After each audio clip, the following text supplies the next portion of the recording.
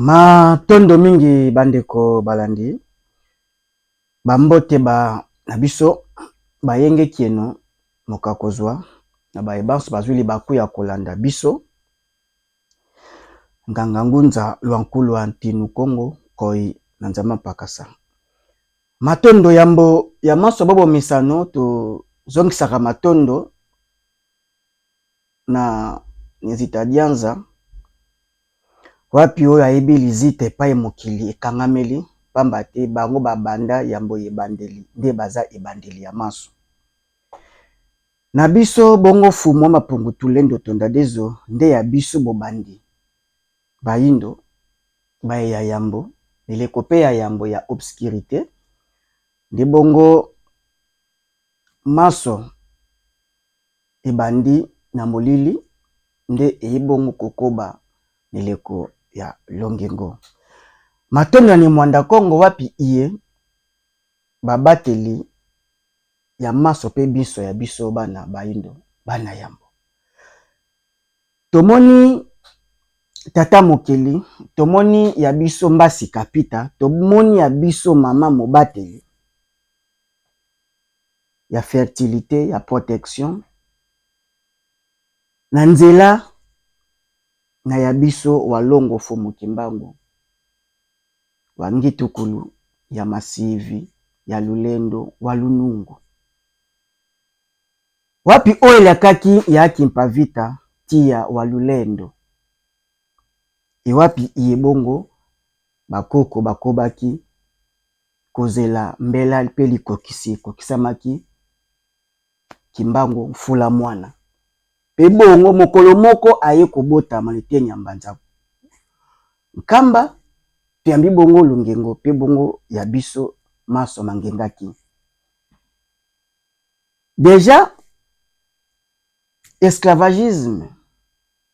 to dépendance spirituelle esilaki déjà na kobota makaka ya mfumu kimbangu pamba te lungengo ngengaki kobengana obscurité o na sens ya ignorance ya sens ya nuisible na sens ya pasi mokolo ya le 6 avril nde bongo point bar etiamaki ya suka ya mpeve ya banzenza mpeve ya Yesu donc molimo ya Yesu molimo bapaya barrage etiamaki bozonga epai na bino e biso bongo totikala na oyo ya biso walongo fumu kimbangu walunungu kasi eloko nini elekaki bilaka mfumu kimbangu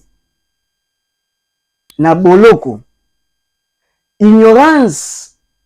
oyo esali centenaire déjà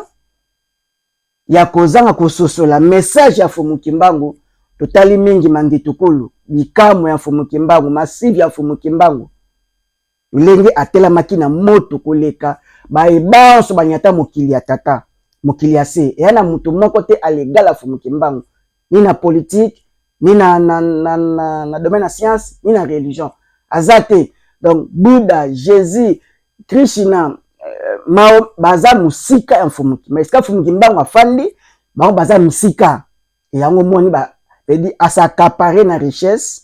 oyo ekosala biso bato ya tini ya malamu na mokili na filika pe une grande concentration na mboka Kongo wapi oatiaki bitambi nde bongo Congo central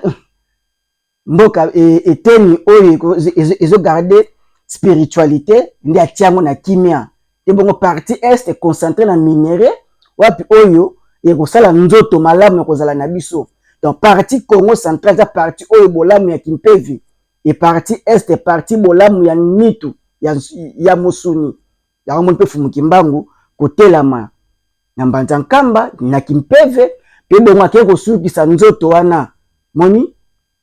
niteni ya katanga pamba te nzoto wana susu nde etongamaki na minere ezongisi minere na abondance mobimba niteni bongo ya este ya Congo kasi identité lobaka lobi tobengama le tobengama baafricain tobengama lobi Congo donc tout africain et Congo et tout Congo mobandi ya bayindo mukokoli matondo mingi na bakoko na biso oyo atako ba piège ya Occident kasi babotaki baboti na biso po biso lelo to tobotama atako ignorance mingi ya jeunesse kasi bayi o baza ba réserve ya Fumu Kimbangu bazali ba mise à part bazali to ko renverser tendance oyo etumba o te ko bunda kino moyindo akozwa conscience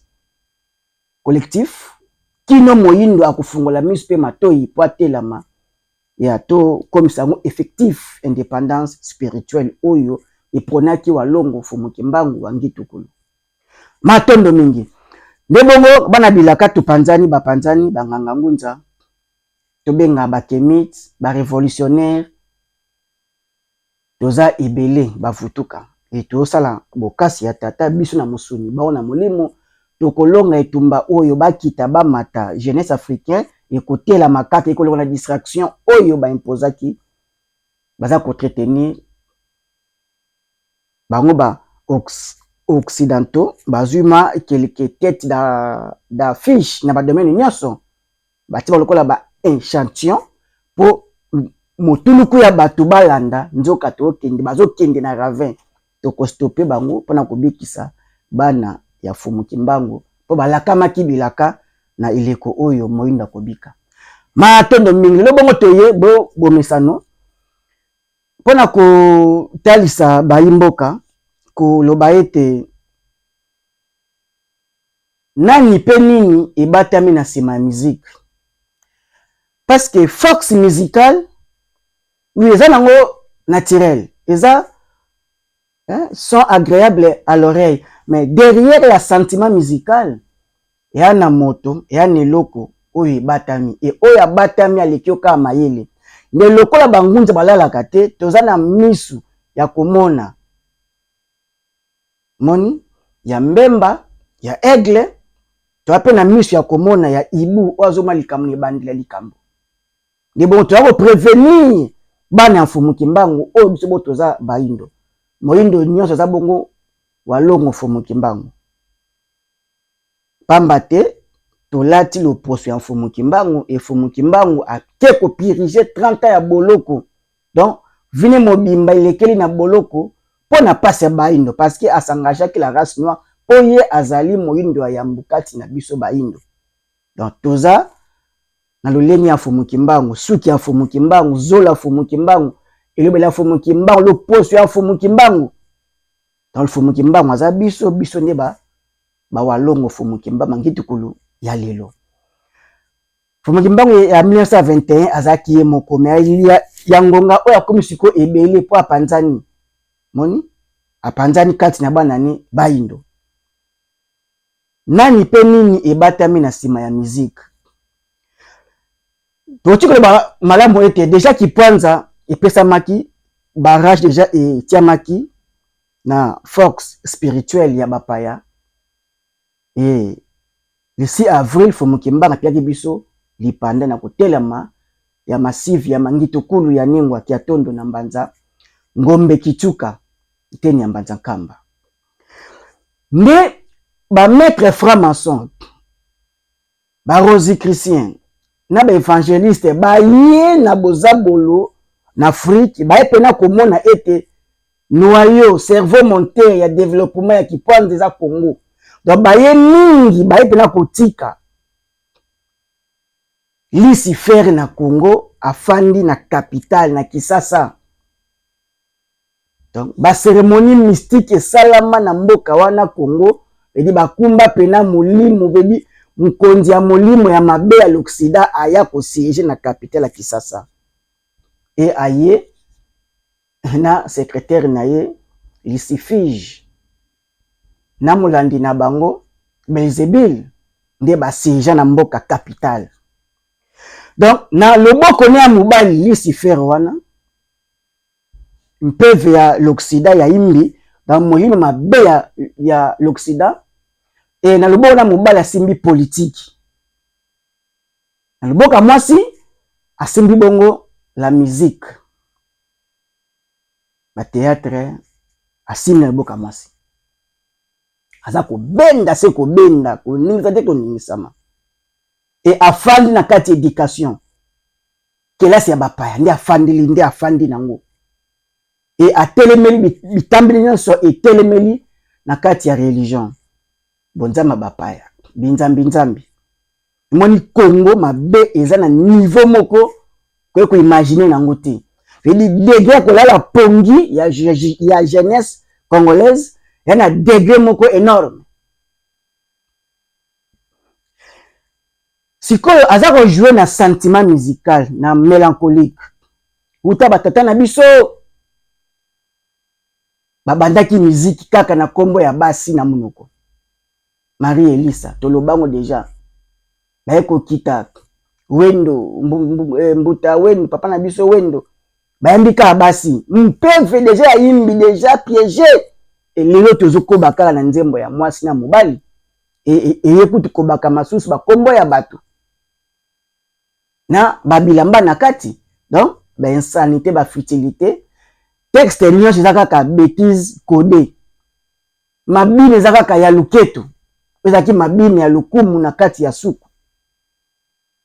et ba grand calé ba ekoya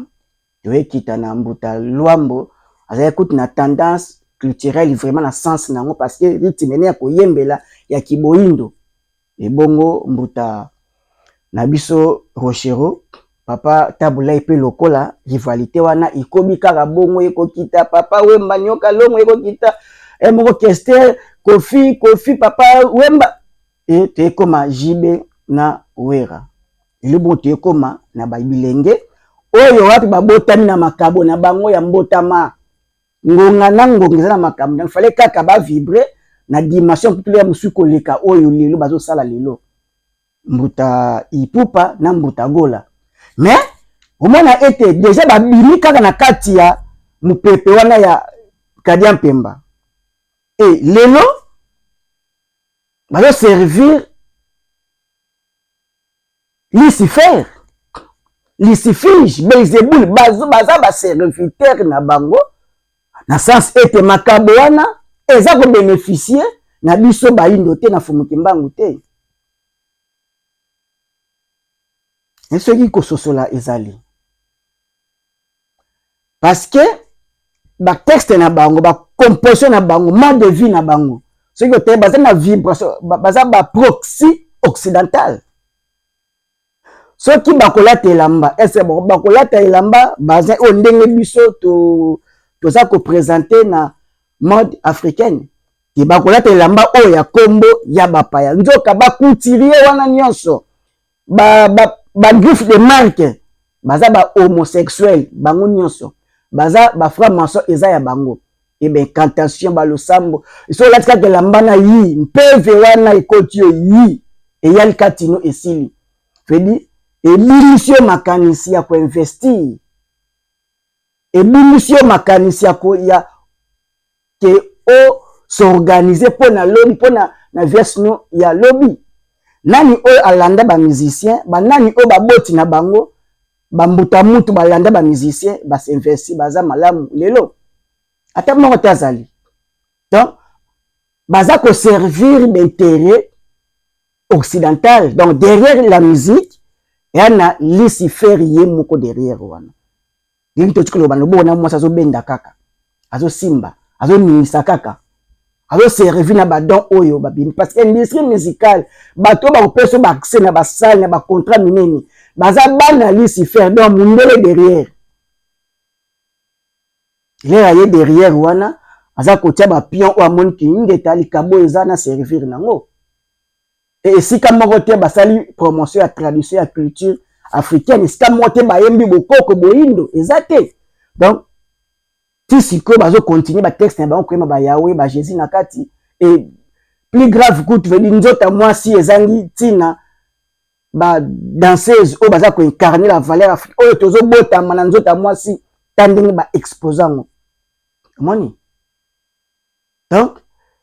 ce que remona azuma moi makoki so ateni mwa mingi hotel kakasuki ke ko investir na sens ya ko investir makoki bazui kanchana ezate ko échapper yango toye koloba yete tokoki te biso bayimboka kotala makambo oyo pe komemama na mupepe oyo ya Lucifer parce que molimo wana ndeza destruction ya Congo parce que ayebi que Congo eza gâchette oyo fo tolotolo mundu kebeta ekwesa mungunya l'Occident parce que tu as 3 races principales moni race noire race jaune na race blanche so totie si plan racial donc lokola biso toza bandeli katikati japonais chinois ba coréen bango nyonso wana nazi kuna bongo toza na Europe Moyen-Orient donc Israël et la race blanche donc ndenge bango baza ko mata biso bongo photo za na se donc il faut bango bakita po biso bongo tomata omoni donc nyonso oyo eza ko sala avantage ya l'Occident ya loposo pembe eza bongo ko matisa bango kitsa biso ba indo donc eza anti boindo donc musique na sens to betela lelo eza piège oyo ya Lucifer aza ko mema jeunesse na destruction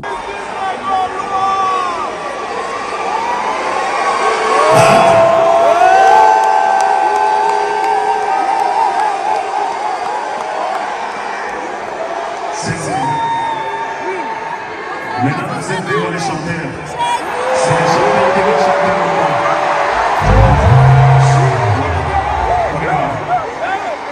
Ici, c'est dans l'eau. Vous montez votre bâton. Elle se pose à côté, ça m'appelle. Chérie,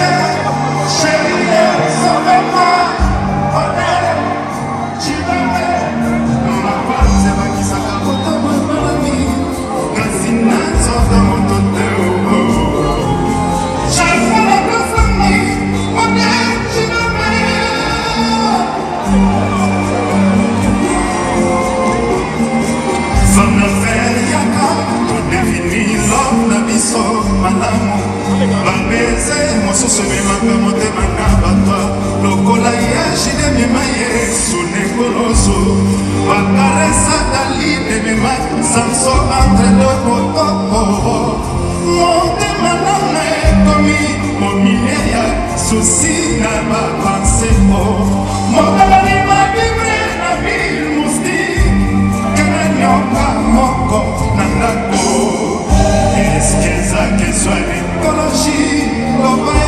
donc jeunesse yango alaka za matrice ya développement matrice ya tombwa ya Congo pe a Filika Mobimba ce n'est pas pour rien baloba ete Congo a na capacité ya ko électrifier veut dire ko pesa longengo courant na Afrique Mobimba donc eza courant physique kaka te na courant spirituel veut dire énergie ya Congo eza liberté Afrique tout entière distraction donc na le boko mobaya si politique tala ba genre politique ba genre ya ba politicien inconscient auto ba na mboka veut dire baza ko sako bazo zwa mbongo ya l'état oza bien ya biso nyonso po servir na développement na ba tiango cycle na ba scientifique na biso te veut dire ba yibaka te na ba millions et banda kala veut dire bazo confondre mbongo na bango salaire na caisse à l'état parce que tout Congo faut mon essayer botama na Congo moi mkie Libye Mohamed et Kadhafi azwaki mbongo pétrole ya Libye veut dire ça ko distribuer yango d'une manière équitable donc peuple libyen n'importe qui a président Mohamed et Kadhafi a dit na tant que n'importe qui en France mais France et Mundela comprendre que il faut assemer KO à cause du peuple libyen lelo Libye ezawapi destruction ndenge pas au cause peuple ukrainien lelo destruction zali parce que bango moko babandaki déjà ko loba ko faire chanter ba misusu tout ça ba Sarkozy qui mukileza na batebele donc démographiquement parlant démographique veut dire to comme belé to zanga belé espace tout ça il faut se connaître to batu ba kufaka ba sali covid pe boma ba africain fumu kimbangu walongo fumu kimbangu mangito kolua masivi walulendo walunungu alongo yango abalale ya donc akombi atie stop et africain mota kufa na covid wana d'une manière à dire notre guérison islamique c'est là automatisme moindo sain et sauf bazokoba lelo zongeli bango ba ikeni bazokufa pona bango za to bien et de batika putina buma batu destruction baza bien Palestine idem. Donc ezako baza na joie, baza ko sepela komona kufa ba mort ebele. Et bongo bakolinga Afrique eza na kimia te. Donc na ngonga oyo toza koloba boye epai ya fandeli na éducation tozotindaka moto ya kimpavita tia wa lulendo eza koziki esi ya tobenganaki ye na programme ya lisi avril Lucifer wana Lucifige na Belzébuth bakende na bampeve na bango bademo na bango fo batika mboka komo si batiki bakende ya tozobunda kolandela kokombola walongo Fumuki Mbangu atonda Mangitu Kulu na bana ni masivi ayala Fumuki Mbangu. Parce que énergie oyo toza kotia pona ko sensibiliser na concert ya bandeko. Koteka babiye, kosala effort nyoto donc toza kotia énergie makasi. Parce que batu ba ko ka concert batu ba tonda tout ça. Et toza kotinika batu na Lucifer. Lucifer c'est enfer. Enfer ko zate enfer oyo Bible ezako la kabatu. Veut dire monde ya Lucifer mais enfer. Et monde ezaka non solution. Tuerie nzala, non production, pauvreté. Nyonso ya mabe le monde ezako sala monde, ezako constituer monde mobimba. Donc oza envie moza na kati ya monde ya Lucifer, wana enfer parce que c'est Lucifer qui dirige et a un sentiment musical pour maintenir bino na ma futilité. Alors, nini et salaka, leboke concert, tozoka musique wana. Vedi bande komi bal ba komi ba élément ya propagande ya Lucifer, ba komi ba luciférien. Les biso déjà tozo benga na Jésus, bango kuna ba komi ba kombo ya Jésus. Les biso tozo loba ete homosexualité ezali branche oyo ya franc-maçon aye nango ba musicien ba komi basi mibali. Donc ba komi ba gens o baza ko servir en mvutima milimo ya Lucifer ekota bato. Siko ye yo ke na concert milimo wana elati yo na sentiment zo yembo mono za sobi wapi. Leka de kotio oke na ndako veli ekota na nzoto. Le yo okomema na ndako epanzani na ndako. Le okobota okopesa mabota veli ozobota dia mwana na to ya pourcentage énergie négatif ya Lucifer. Et pour lobi to sala bana ba musicien bina et siko genre la catégorie ya bana wana devant bana ya ba japonais ya ba chinois ya ba asiatique bana ya ba européen et Afrique za na batu ka bazala faible. Alors il faut des hommes forts pour basala l'institution basala ba mboka basala ba loi forte. Parce que toza na difficulté parce que déjà baza incarnation ya Lucifer parce que maman tata yo ya yo kende kozwa yango na ba musicien ya omoni mboka ba musicien et fan na raté si maliwana bango kokende mwa banda kuma botela mike baza wana e côté kama lokola mupepe lokola lipa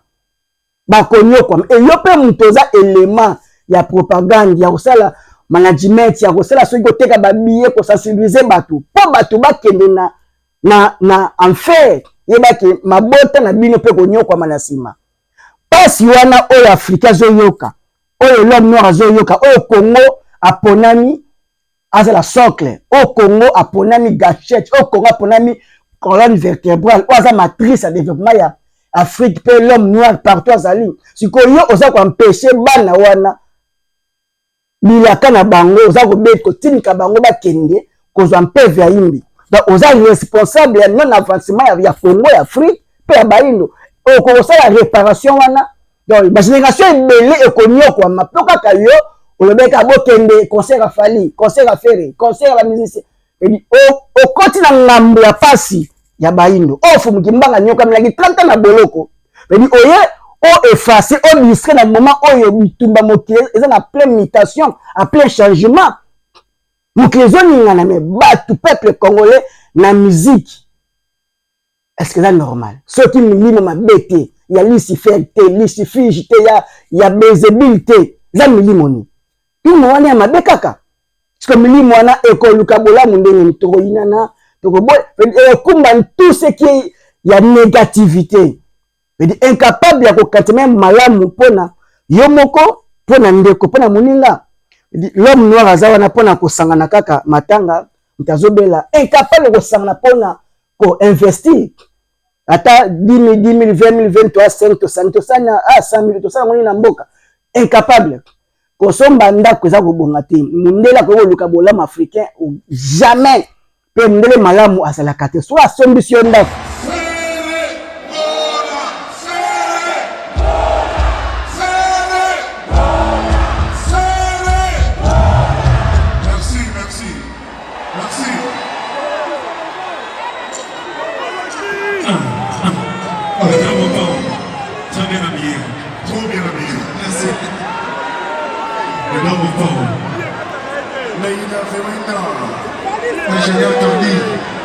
On y va.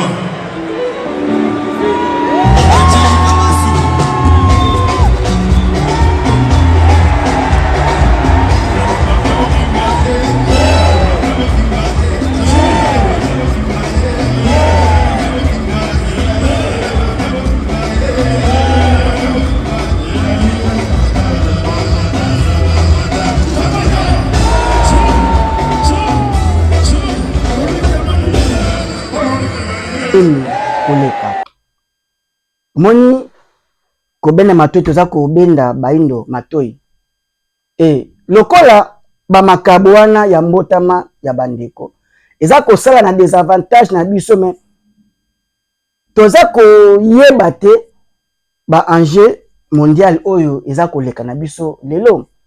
moni donc guerre ya este wana eza nango biso africain te toza victime Congo za victime internationale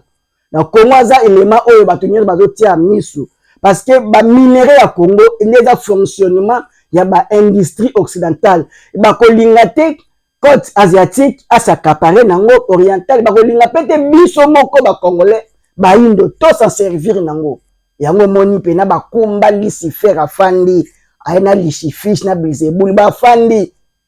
siko basimbi pena politique musique bafandi na éducation et nous makona ba tie pena religion ba telemi na kati ya religion binzambi kozomona donc il faut déjà ekobengana molimo ya Yesu ena milimo bapaya ekende sentiment occidental eza obstacle pona vie na biso moni olati kaka elamba olati mbala moko molimo mobimba ya loposo pembe ya moni bilamba sika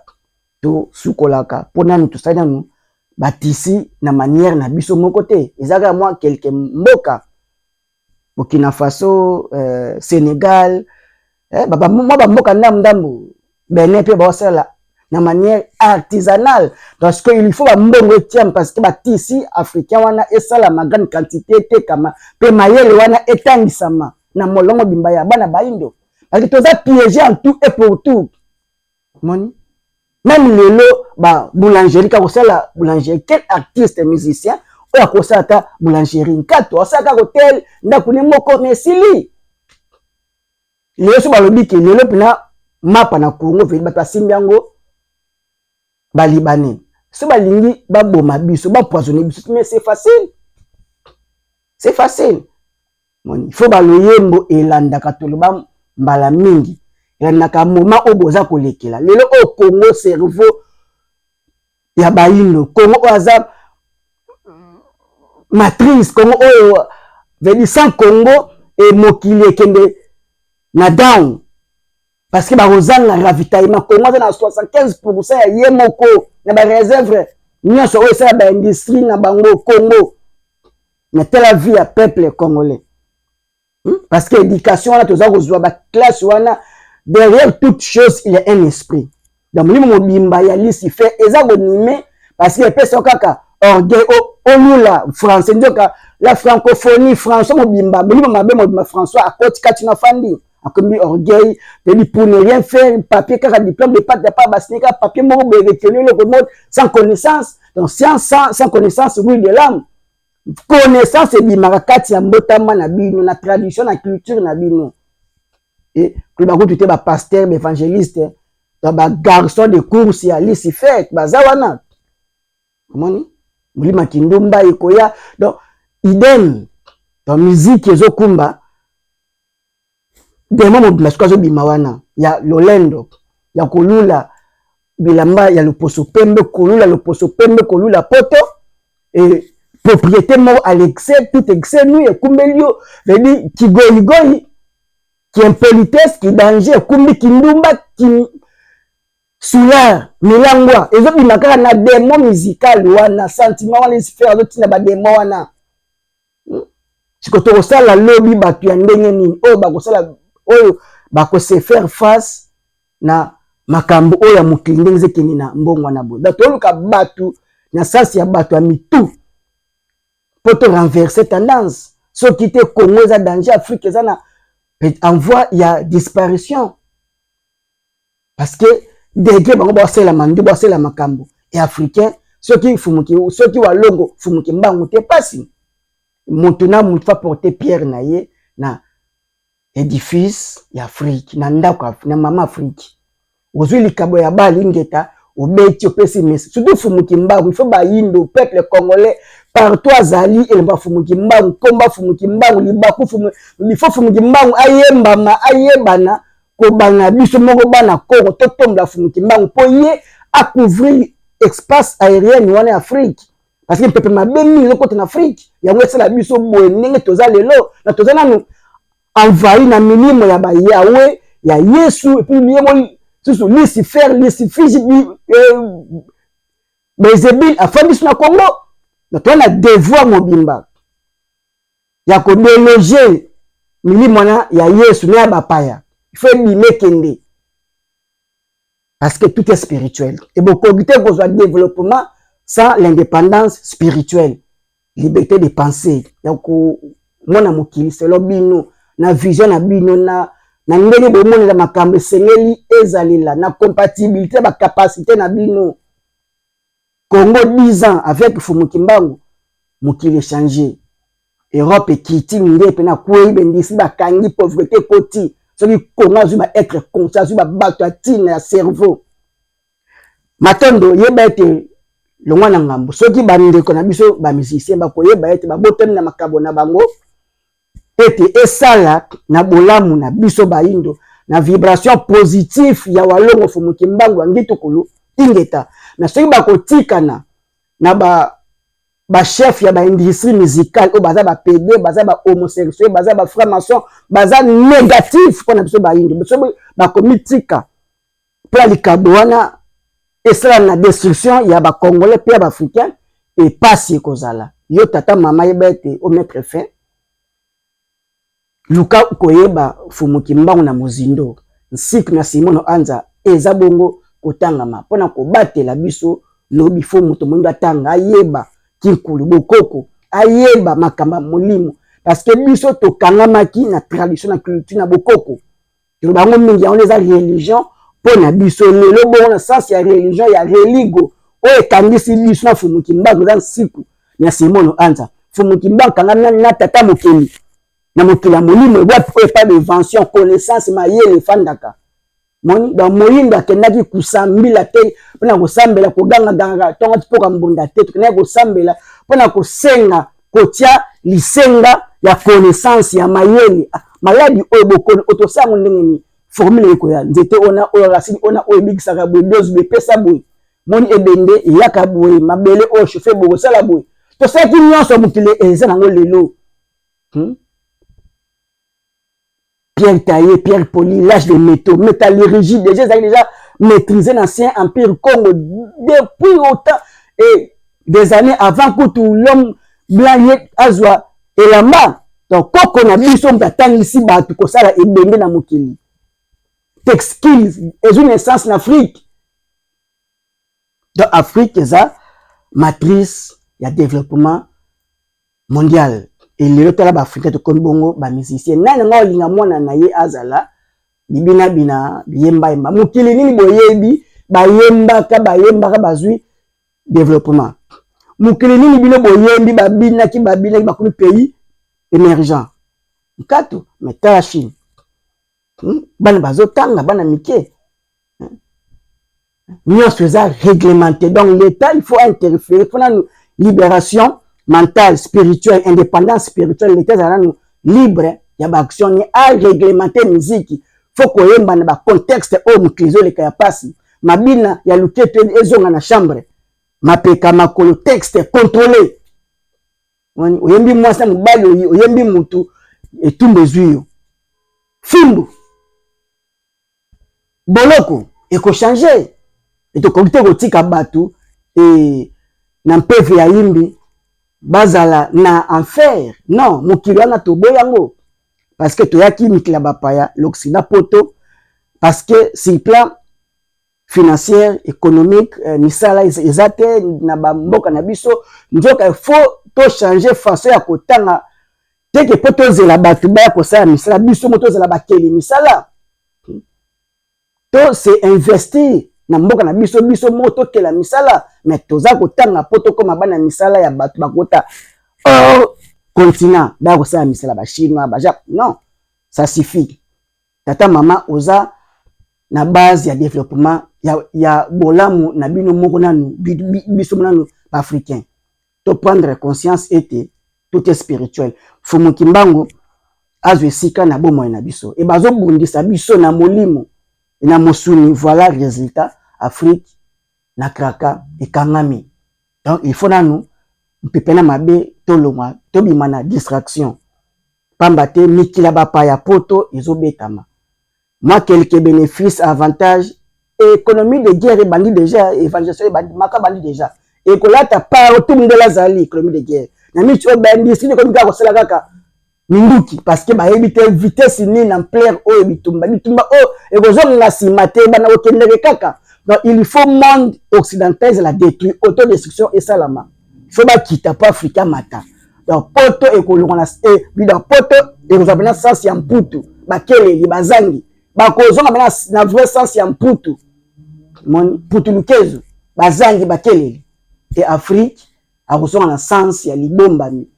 ya ba nyonso ressources tout ekobombama po ebombami na Afrique oyo biso ozala bametre ya kosalela parce que connaissance fomuki mbangu bakoko bakofungola biso boyebi tokobota bana na boyebi oyo bakozala na capacité ya makasi ya kozwa connaissance oyo koyeba kosalela nkita ya filika tata mama yeba ete bana oyo lobi bakokamba Afrique bakobima na mkongo na yo na libomo na yo zala responsable kima mopepe ya Lucifer le mwana lifelo na bali to expliquer lifelo en sens wana lifelo et di vibration négative wana monde musical ya mwasa mobali musique ya lelo za lifelo moni sens ya ba parti politique lifelo sens ya kotanga ya loposo pembe tozo otanga sabana eza lifelo sens ya religion kobela Yesu na binzambi nzambi na biso eza lifelo dans ba groupe de prière eza ba enfer eza lifelo mobimba ya oke kuna ozumi pe vana ekoti mwana mama lekita baloka na division lifelo affaire ya mwana oza physique ozala ozo vivre na monde moko eza enfer parce que c'est Lucifer aza maître ya négativité toluka positivité na bofumu kimba na tradition na coutume na ya kimpa vita balongo pe bakoko na biso ndi ba positif pour na biso Afrique lobby il faut comme puissance économique militaire moni na domaine ya science il faut africain zongisa boyebi na parce que de l'Égypte antique déjà tozaki au sommet il faut tozonga parce que christianisme eza bongo mai ozo boma moto Afrique donc ngonga ekoki tata mama toyeba ete tokoki te kotika laisser aller na baye o bazoluka koboma ba africain spirituellement parce que physique déjà l'homme noir a déjà pris en otage il faut libération spirituelle yeba ete fumu kimbangu ndi andimaki pasi pona bayenda mokili mobimba fumu kimbangu kunde tata mokeli atindaki ye pona biso fumu kimbangu foto yeba ye poto yeba nzambe etokobika kaka na kombo ya walongo fumu kimbangu wa Ngitokolo wa Masivi wa Lulendo nde fumu kimbangu wa Lunungu soki bango bazate pasi ya bayindi kokoba kino suka te fumu kimbangu atindi batindami atelemisi bana bayindo to pancha sango longengwe kotela bana bayindo matoyi epesa mela bino ya koyoka pe bososola ngonga oyo tozali tolongo na bonzama bapaya. Christianisme eza négatif pour na biso, tobima na baloge ya bapaya. Bokasi ya molimo kimpeve mangitu kulu eza na biso na bofumu kimbangu. Moka kozwa likabona likabozwi sala nango pona bolamu ya ndeko na yo. Tolingana entre nous parce que fumu kimbangu kati na biso baindo kati ya fumu kimbangu to zala ya kolamuka ya kotelama na tradition na culture na bokoko na biso to inventer yango to lia na kiboyindo to sepela na kiboyindo to sala banzembo ya kiboyindo to longwa na réalité oyo l'Occident azokosa biso. Il n'y a rien de bon dans l'Occident. Technologie occidentale n'est que la destruction de l'humanité. Tout ce que l'homme l'a fait, il y a des avantages à moi, il y a un avantage na. Il y a Tommy Leng là parce que destruction au monde occidental et ça nous sait déjà.